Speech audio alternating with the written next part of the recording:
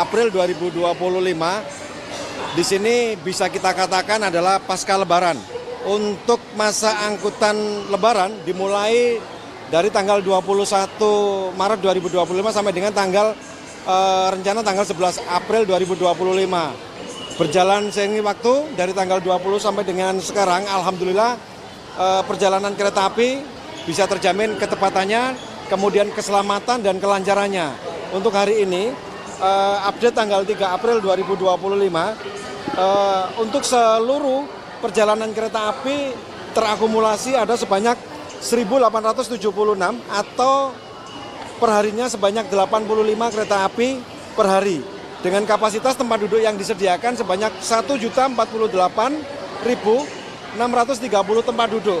Dan telah terjual sebanyak 800.140 tempat duduk atau perharinya telah terjual sebanyak 36.370 tempat duduk. Selain keberangkatan, ini juga ada kedatangan yang sudah mulai menunjukkan angkanya lumayan tinggi. Yang kami prediksi mulai dari tanggal 4 sampai dengan tanggal 6 itu volumenya cukup tinggi. Jadi kalau untuk kedatangan bisa kami sampaikan per hari ini itu di Daop 1 terakumulasi dari tanggal 21 sampai dengan tanggal 11 April 2025. Data kami sementara menunjukkan sebanyak 704.765. Adapun kalau misalkan sebagian yang bisa kami rincikan, kedatangan hari ini lumayan cukup tinggi. Tanggal 3 April 2025 ada nanti sampai dengan nanti malam 48.823. Kemudian untuk besok itu sudah mencapai 54. Namun ini masih berubah karena nanti ada mungkin juga di luar Daop 1 keberangkatan dari timur ada juga yang mungkin mendapatkan tiket GoSo atau memang dari beberapa penumpang yang tadinya belum kebagian tiket karena ada penambahan jumlah perjalanan kereta api yang sudah kami umumkan, dia juga membeli pada waktu event-event menjelang keberangkatan. Selama itu tempat duduk masih ada. Pak, berarti untuk ketersediaan tiket dari tanggal 2 April sampai 11 April sejauh ini seperti apa Pak? Lalu yang disediakan sebenarnya ada berapa tiket juga? Untuk yang balik apa yang mudik ini? Balik 2 April sampai 11. Ya, kalau yang mudik itu masih ada tersisa, mungkin kalau yang terjual sampai dengan saat ini ada sekitar 73% ketersediaan yang untuk mudik di pasca Lebaran dari Jakarta menuju ke timur itu sekitar 27% yang masih tersedia. Tapi kalau untuk arus balik yang dari arah timur ke barat, otomatis seperti halnya pada waktu arus mudik dari tanggal 21 sampai dengan tanggal 30, penjualan sudah mencapai 100%.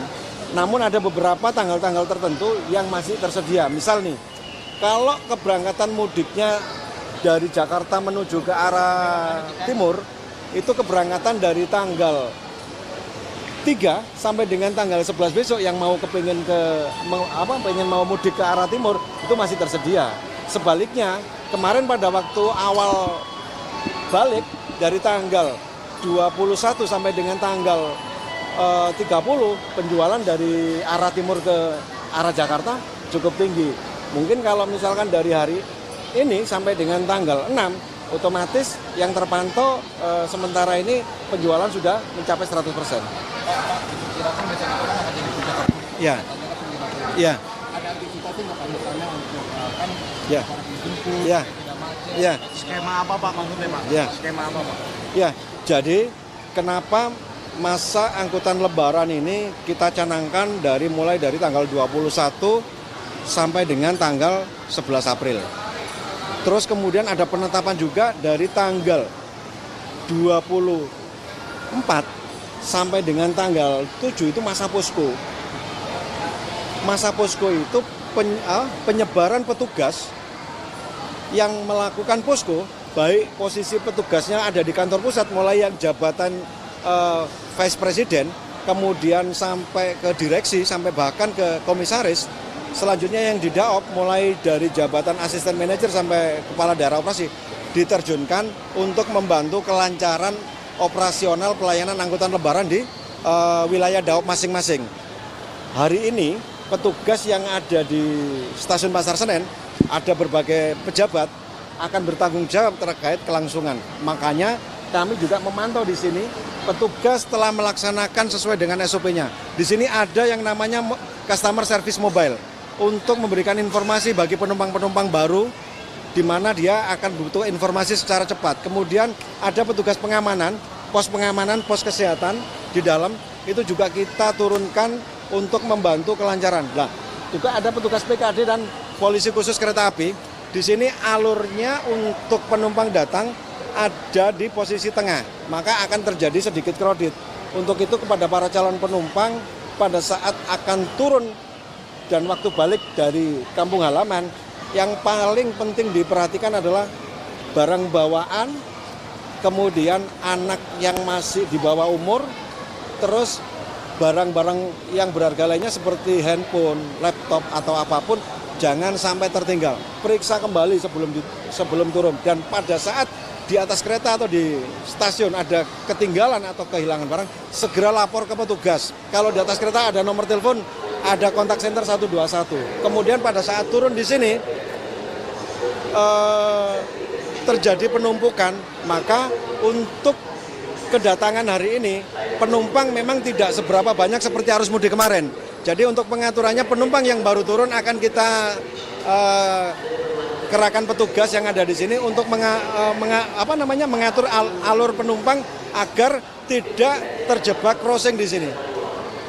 Untuk itu kepada para pelanggan tertib sesuai dengan ketentuan yang diberikan. Misalkan ya, tidak boleh merokok di tempat sembarangan. Tolong untuk dijaga. Di atas kereta pun tidak boleh merokok, di atas, di bordes, di toilet, itu juga harus dipatuhi. Kenapa? Kalau kedapatan penumpang itu tadi melanggar peraturan perjalanan, maka akan diturunkan di stasiun pertama kali berhenti. Petugas yang ada di stasiun, di atas kereta api, insya Allah akan melakukan SOP, mengamankan, mengatur, memberikan informasi sesuai dengan apa yang diharapkan. Ya, kalau menurut data sementara ini, itu terjadi tanggal 4 sebanyak 50.048. Ini data untuk tanggal setelah tanggal 4 nanti akan kami informasikan lebih lanjut karena data dinamis. Sampai dengan jam 24.00 mesti ada perubahan.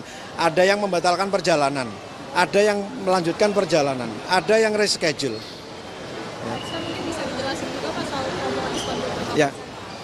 Ya, promo diskon 25% kami berikan. Kemarin kami umumkan ini untuk memberikan bagi para pemudik. Ini khusus di wilayah Daop 1, tidak di wilayah Daop lainnya. Jadi di Daop 1 memberikan potongan 25% bagi para pemudik. Untuk data informasinya lebih detail bisa dipantau langsung di aplikasi Akses Bayi KAI, aplikasi-aplikasi yang bekerja sama dengan PT Kereta Api, web kereta api resmi kai.id, kemudian di kontak center 121. Ya. Dari periode berapa? Periode dari arus mudik pasca Lebaran. Berarti dari tanggal berapa? Dari tanggal, wah ini lupa ini tanggalnya ini. Ya. Sampai 11 April. Ya, kalau tanggalnya memang sampai 11 April, untuk pembeliannya itu antara tanggal, nah ini saya lupa. 2 kali ya Pak? Sebentar. Terakhir aku lihat tanggal 4 sih Pak. Oh ya, dari tanggal 4 sampai 11 April. Ya. Jadi untuk program promo diskon dengan tema silaturahmi mudik Lebaran. Jadi di sini mulai dari penjualan pada tanggal 4 hingga tanggal 11 April 2025 untuk keberangkatan dari tanggal 7 sampai dengan tanggal 11 April 2025. Ya. Untuk mekanismenya dari Jakarta ke Timur atau? Ya, kalau dari sini persyaratannya KA-KA tertentu ada sebanyak 58 kereta api relasi dari Pasar Senen ataupun Gambir menuju ke timur. Ya. Iya. Betul. Ya.